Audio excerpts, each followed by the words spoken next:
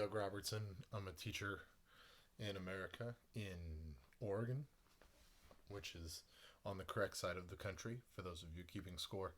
Um, that song was the beginning riff of Money by Pink Floyd, which, as teachers is always relevant. But actually, the reason that I picked it, other than it's just kind of fun to play, is it is in a weird time signature. I don't know if anybody knows that, but it is in an odd time, and this is an odd time. So I thought that was clever. I don't know if it is or not, but I thought it was. This is an odd time. That song is an odd time, and everybody's worried about money, right? It's also fun to play, and it's still fun to play. Now, just about everything about teaching that is fun happens with the kids. The administrative stuff, the stuff that we do on computers, is not that fun. Um, so, right now, what we're doing, working from home, distance learning, is a lot of trying to find the fun part in the stuff that isn't normally fun. And I know you're supposed to sound very fancy and professional and stuff like this, and you're supposed to make slides that look real sharp with fancy graphics. But I don't do that. I don't do that with my kids. I don't really do that when I present. When I do get to speak, I guess I should clarify in case I didn't. I teach fourth grade, um, and my room is a mess all the time. The cleanest my classroom ever is the first day of school and the very last day of school 2 days after the kids have left and I've cleaned up for the summer. Because that's how it is in my room. I do a lot of making and a lot of building, and I'm not a clean teacher. I'm what you call a piler, and my students pick up on that, and I love that part. And that kind of freedom makes me a better teacher, I think. It allows for a lot of flexibility. My class is built on flexibility. And so right now is really hard because flexibility isn't really an option in lesson. Because I need to be specific with that. Um, I'm talking flexibility like we're in the middle of a lesson, we're in the middle of a project, I'm in the middle of the thing that I have planned for the day, and I look out across the room and I see, and the teacher brain goes, this is a mistake. We should fix that. And then you pull the chute and you do something else. And that's good. And you can't really do that when you're designing lessons to be done online. I know some teachers are trying to do synchronous learning. They're trying to teach in person, basically, and I'm not. I refuse because my kids don't have that kind of technology. My parents don't have that kind of organizational bandwidth, and that's not a knock on them. you know, everybody has to be on a computer at this time for this long. Even if you have brothers and sisters who also have to be on a computer at this specific time for this specific length, and you only have a computer, and that one you're borrowing from the school, right? Um, so while flexibility is not a thing mid lesson like I like, instead I'm having to apply that to everything else. I've gotten multiple emails from parents, communications from parents that are like, this is too much. And I know that what you're doing, and I want to be clear, I am not assigning a ton of stuff. I'm also not arguing with those parents, but I'm being very conscious about the level of work that I am assigning. Um, But I believe those parents when they email me and they say this is too much. I'm pregnant, and I have two kids at home, or I have X, Y, and Z going on, and I just can't do this. I get it. And so rather than being flexible with the kids in the moment, I'm instead being flexible with everything. You know, like normally if a parent sends me an email and says my kid can't do this project because X, Y, and Z, I'm going to be like, okay, but they still need to get it done and we'll figure out how. And, they can make a video at home instead of presenting it in front of the class, or well, I'll give them an extra week or whatever. But now it's like my kid can't do this project, and it's like, okay, let's figure out something to help you and help your kids still get the learning without breaking you and breaking them and making them hate this and making you hate this. So it's a new kind of flexible that we're living in right now, and I think that's really important. Um, I've also been having a lot of one-to-one calls. My district is calling them office hours, um, which is weird because I teach, fourth grade. I teach 9 and 10 year olds to have office hours. Um, but I've been using Google Forms to set up 15-minute calls with my students, weekly, and that's been really cool because I've gotten to know some of my kids, and more importantly, some of their parents in ways that I don't normally get to know because I'm talking to them so much. And that's not to say that I don't normally talk to my kids a lot, but I don't normally talk to their parents. I don't normally have their parents sitting next to them when we have conversations. So it's kind of neat to have that level of interaction. I've emailed with parents more this year than I ever have in the past, which makes sense, right? And I like that. That's good, and that's something that I think I'm going to take from this and take forward that level of communication. I hope. Um,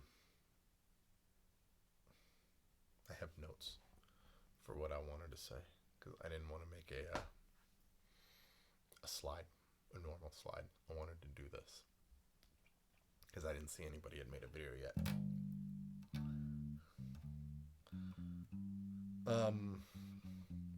But those calls have been really fun. It's fun to find out which kids talk differently at home, because you have a video call with a student, and some kids are way more relaxed than they are in school because they're at home.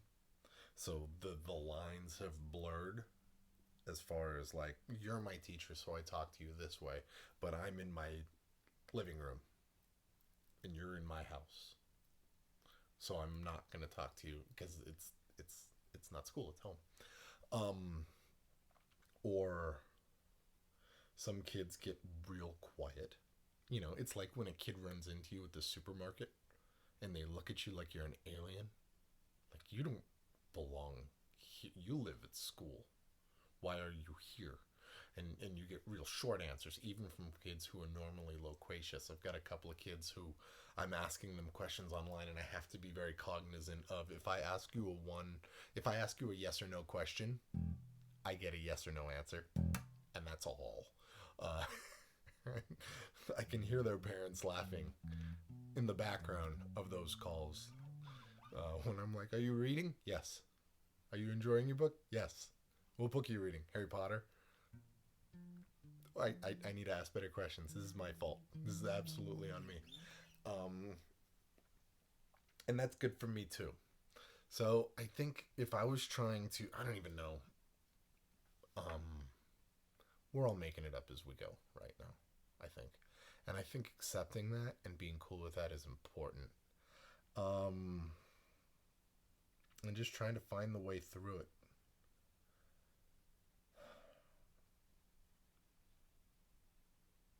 It's hard. I miss my kids. I think we all miss our kids. Don't you miss your kids? I miss I miss just the weird stuff that they say in the middle of class that makes the whole room go like, what? or the little in jokes that you get. I made a joke at the beginning of the year that stemmed from some worksheet or something that we were doing, where the answer to one of the things turned out became, because of my class, squeaky wooden gate. I think we were talking about adjectives or something. Squeaky wooden gate. And I looked at my kids and I went, "Oh, squeaky wooden gate, that's the name of my band."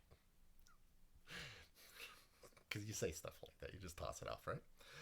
And then for the rest of the year, there's squeaky wooden gate jokes, and kids, in their free time, drawing squeaky wooden gate album covers, and we would, some other random weird thing would happen, and a student would go like, "That's a squeaky wooden gate song title," just, and you don't get that now, and that's like, I love seeing the light go on top of a student's head when they figure something out.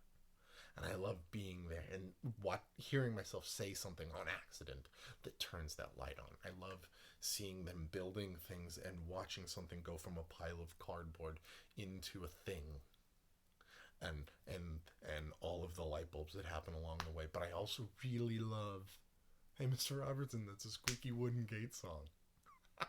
And then everybody stops and we have to laugh for 5 minutes because it's hilarious. And I'm not getting that now. My kids are doing hobby projects. We do a hobby project, and the hobby project is, you have to learn a skill that you've never learned before. And normally in class, I give them 3 weeks, and you journal every day, and then you come into class and you show off your skill. I learned how to juggle, or I learned how to sew, or something. And the point of the project is not to get good at the thing. The point of the project is to suck at something and then slowly over 3 weeks get better, and in that way learn about your learning process. We do that at the very beginning of the school year, and I restarted that project for them when all this started, and I've been watching their videos, their process videos, and their final videos this week, and it's bumming me out. Not because they're bad, but because they're really good. And I'm so sad that my kid who figured out how to loom hats can't be sitting in front of me showing me these 5 hats that he made and like proudly handing them out around the room. I miss that.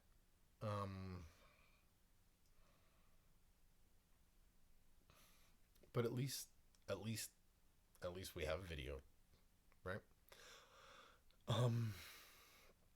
So how are, like, I know we're supposed to be trying to be inspiring and stuff, but I think it's important to talk about the stuff that's hard too. And this is hard. And if you've been watching this for the last 14 minutes, hopefully you're not just getting that I'm bummed, because I'm enjoying, I'm meeting with my team. I have a great grade level team. We're meeting all the time, and we normally meet all the time, but like, we're getting a lot of work done, and we're really planning well together, and it's a lot of fun. But I miss sitting in the lunchroom with them, like, laughing and spitting my water out because they're cracking me up. And I miss going across the hall to Miss Kelly's room and sneaking in and writing "Mr. Robertson rules" on her whiteboard, and then walking away before her class gets back. And then one of her kids angrily coming over to my room and being like, "Why'd you do that?" And me being like, "I don't know what you're talking about. Your teacher did it. She thinks I'm awesome. She just writes "Mr. Robertson rules" on your board all the time. Why would you think I would do that?" And they're like, "She didn't do that." I don't get that. Now I have to sneak into her Google Classroom and do it. And that's harder. And it's harder to deny.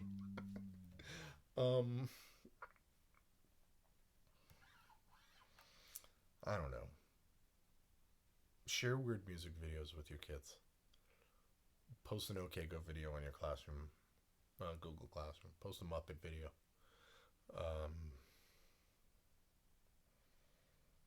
Buy puppets. I have puppets. They're over there. I would use them in this, but they're way over there. And teach a lesson Teach a video lesson with a puppet. And blow your kids' minds, especially if you've never used a puppet before. I use puppets all the time in class, and the kids love it. I have Corson and Sophie, and Corson talks like this, and he is mean to everybody, including me, the furry human. And Sophie talks like this, and she's crazy, and she just loves everything, and oh my gosh, you guys. And they would much rather Sophie and Corson teach than me, so I've been making videos with Sophie and Corson. Get a puppet. Be silly. Give your kids permission to be silly. Alright, I think that's enough. Play us out. You know, it's funny, I've been playing this song for 2 years, and sometimes I still play it wrong. Hey, it's like teaching, right? I've been doing this forever, and I still do it wrong.